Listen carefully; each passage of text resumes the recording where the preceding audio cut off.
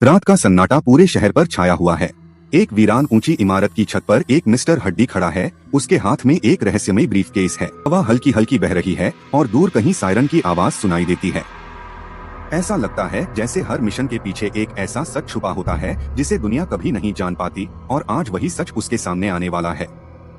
वह धीरे धीरे एक पुराने जर्जर वेयरहाउस की ओर बढ़ता है और दरवाजा खोलता है, जो चरमराते हुए अंधेरे में उसे अंदर जाने। अंदर सब कुछ शांत है, लेकिन माहौल में अजीब सा डर घुला हुआ है।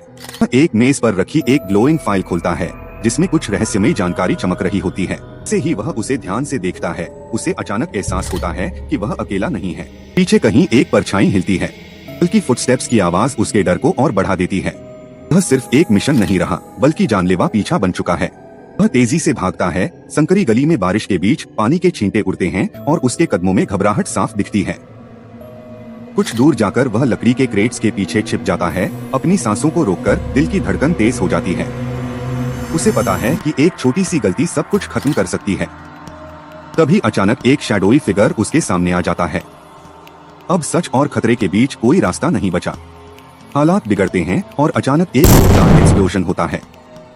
स्केल्टन बिना पीछे देखे भागता रहता है, क्योंकि कभी कभी बच निकलना ही सबसे बड़ी जीत होती है। कुछ समय बाद वह फिर से एक छत पर खड़ा होता है, शांत, लेकिन उसके हाथ में वही फाइल है।